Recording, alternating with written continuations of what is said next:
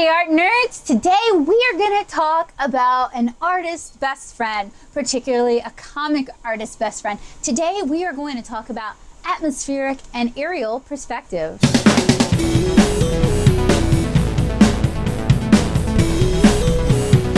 So atmospheric and aerial perspectives are two ways of drawing environments, backgrounds, that sort of thing, without necessarily relying on a perspective grid to kind of hash everything out. So we're going to go over some properties that are used to create this feeling of distance depth. We're going to talk about scale, and that's using objects to give context, to give size to other objects. It's like drawing houses and trees, things that humans are familiar with. They're familiar with how big they should be. We're going to talk about overlap. That's when you place one object in front of the other in order to create the illusion of depth. We're also going to talk about color shifts or tonal shifts. Objects in the background tend to get less saturated in color, and they tend to get bluer.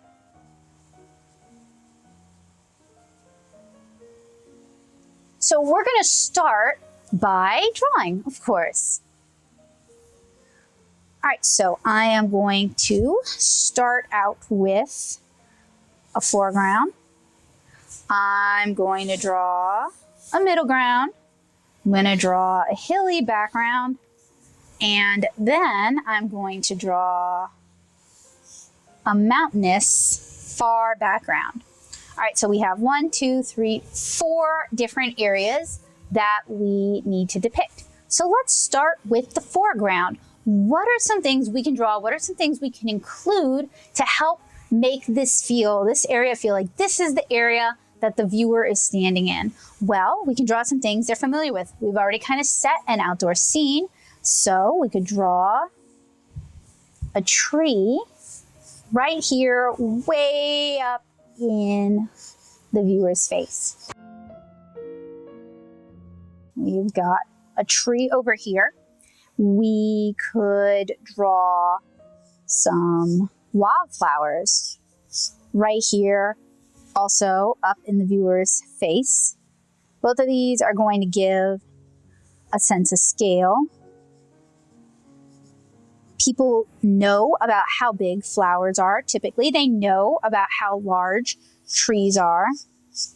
And we're drawing these right up here in the viewer's face. And how do you know this is in the viewer's face? Because it's at the very bottom of the image, right at the viewer's feet.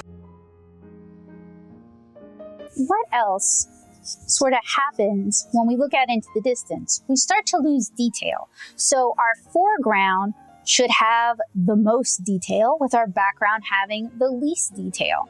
So maybe we would draw some bees, something that would be really, really tiny that you would only see if you were standing right here up in it. Or maybe we can draw a butterfly, or we can draw a bird, or we can draw several animals in the foreground. We can draw a cat peeping out from the grass. But these are all things we can do to sort of create distance, to imply that this is where we're at. We're right here. We can draw some grass with individual blades here in the foreground. So we've created a little idyllic scene here. And natural scenes like this really lend themselves to atmospheric perspective. If you're drawing a city, you want to get the perspective of the buildings right. Otherwise, it feels wrong. It feels kind of disjointed. It's not as believable as a cityscape. Okay, so what about our next area? Well, we can draw a river. People generally know about how big rivers are. And already we've started overlapping because we have this tree that crosses 1, 2, 3, 4, and then the sky, 5 of our picture planes. What if we added some trees in the distance here? That's going to help create scale because they already have a big tree right here. They're going to see more trees in the distance and they're going to be like, oh, okay, that's further out. And it's not a conscious thing. Your brain decides that for you. And I'm drawing some of the trees where they're overlapping from this midground into the hilly midground over there. And that's also a type of overlapping. I'm also going to draw less detail in this midground here. We're not going to draw individual blades of grass. I mean, shoot, the trees themselves are almost as big as the grass. We're not going to draw any insects. We might draw a horse, very blocky, basically just a really bad silhouette of a horse. In my instance, we could draw some horses or a horse in the background, but we're doing silhouettes. We're not even drawing them in any real detail. So we've got some animals that we've started for scale. Maybe we could draw some cows. But these are all larger animals, and by drawing them so tiny and with such little detail, it really makes them seem like they're in the distance. Draw little copse of trees over there. That's a small gathering of trees. Okay, so we've got our midground. Now, what are we going to do with this second midground? It's even further away. We could continue the stream, but I'm so sorry about that. Starting it out narrow, and actually it would really be here in the valley, and then getting wider as it gets closer to the viewer. And I kind of drew it rippling a little bit to imply it's going over some hillocks. We could draw the same trees, even smaller. So we're really setting up an expectation of distance. If you were to see any animals, they would be really sketchy. I mean, it's just a shape. You might not even see any animals at all. Like at this distance, if I drew a dog, you'd see it. In this distance, you can't even tell what that animal is. It's just a blob. I was tempted to draw a bear because that does seem like a bear's sort of zone. And as we get closer to the viewer, the trees get a little bit bigger, but they're never quite as big as they're here, and they're certainly never as big as they are in our foreground. Maybe as we approach the mountain area, we'll draw some little conical fir trees. We also have kind of left these edges, these boundaries. So we have, this is very clearly defined, and then the midground, you can see that it's a little bit hilly. We've left those hills unblurred. It's not so covered in trees that you can't see where it ends. And then this area here, we're going to leave the hills very readable. So keep maintaining your outline, maintaining your silhouette, helps make distance readable very quickly. Now, I don't want to add too much detail to this area here, even adding a lot of trees, because that kind of takes away one of our tools of depth, which is, the reduction of detail as we get further away from the viewer. So I added a few things here into the midground. And I'm going to add a couple things, just a couple more bees to the foreground. So then we have this mountainous area. Now mountains are often covered with trees, but you often also see they can be soft, gentle mountains, but you may see different faces of them. And these are big details, even though they seem small at a distance.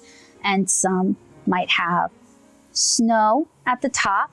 But if you do see trees, they're tiny. They're like little bitty masses, you know, they're not even distinct forms. They all start to kind of run together.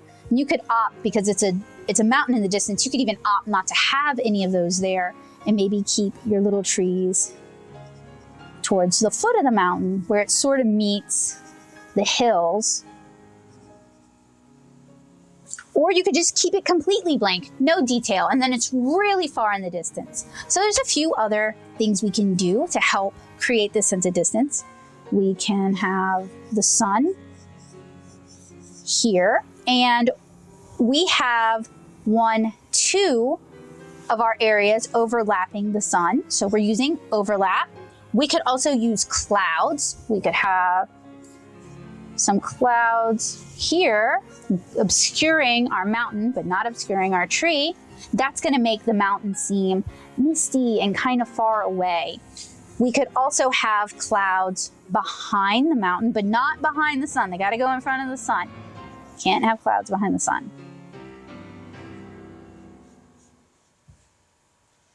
As well as clouds behind the midground here. So I'm going to just kind of shade in this tree a little bit. So for this example, we've talked about scale, talked about overlap, we've talked about a reduction in detail. We haven't really talked about color shift. Everything that we would draw in this foreground here should be the most saturated it's going to be in the picture. So we've already utilized trees on 3 of our other picture planes. This tree should have the most green, the most blue-green, the most yellow even, with the trunk being the most saturated brown. At this level, maybe none of the yellow-green, just greens and blues, with the trunk being a brownish gray. Then back here in the distance, it should be a blue-green, but a very desaturated blue-green, almost a gray, with the trunks being just a darker gray. So using saturation can also help imply distance, which is, so we didn't pull out a single ruler for this. No rulers at all. We didn't compute anything at all. We just sketched. We sketched in one color even. So this is the simplest type of perspective. You can use this kind of perspective almost regardless of what you're drawing or regardless of what you're painting. If you're doing a cityscape, you can still draw trees. You can still reduce detail. You can still draw mist or clouds or fogs, obscuring details in the far background. You're not limited to using atmospheric perspective only when you're drawing natural scenes, but it is super useful when you're drawing natural scenes like this, and you may find that you don't have to pull out a ruler at all. So I want to thank you guys so much for hanging out with me today. I hope this was useful, helpful, and informative. If you guys have any questions, you can leave me a comment down below. I have follow-up videos on 1-point and 2-point perspective for sure, and I may dive into 3-point and isometric perspective as well. I hope I've inspired you guys to spend a little bit of time thinking about your backgrounds and thinking about using atmospheric perspective in your backgrounds. So thank you guys so much for watching. I hope you enjoyed it, and I hope to see you guys again really soon. Bye, guys.